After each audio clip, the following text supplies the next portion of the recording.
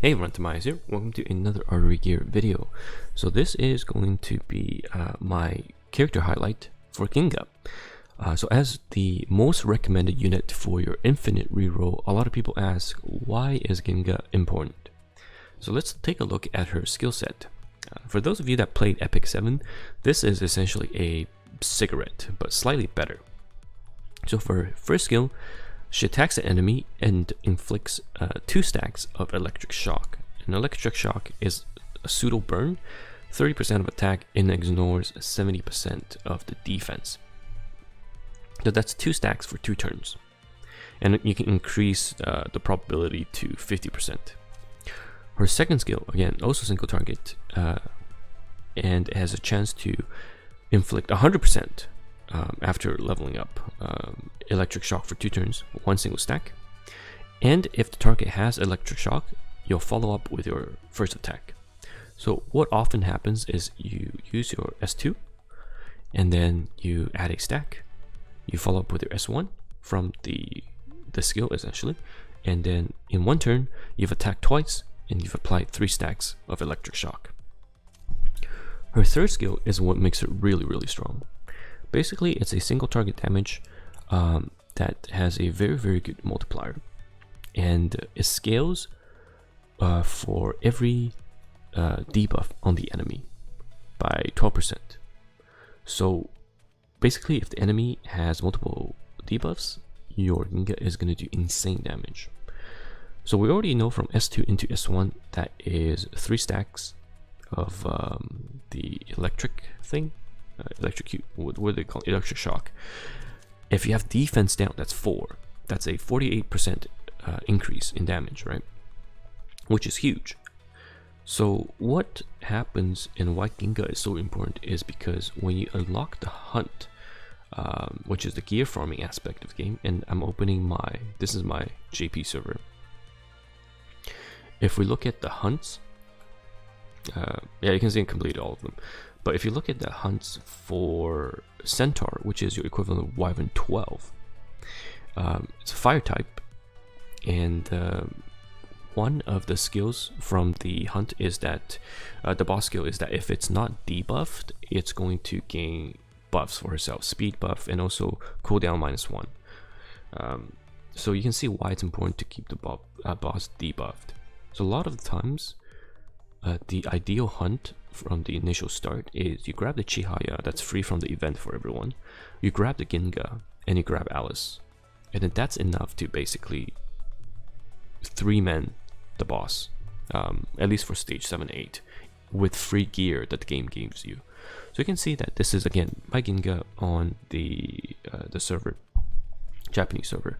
These are all free gear, pretty much, that you get from the beginner's quest line that you can complete in the first week for sure, probably the first 3 days. Gives you enough stats for Ginga to almost one-shot the boss. And I'll just showcase here, actually. I'll do a remote. So you don't really need to worry about stage 9 for Centaur. All you need to do is worry about stage, let's change this, stage 7 and 8, because you can farm your 4 piece there for speed, and then use Roko to farm the last 2 pieces in a different boss. So this is the ideal setup, pretty much. And I think as much how geared is. Okay. So I'll just show you why Ginga is super important.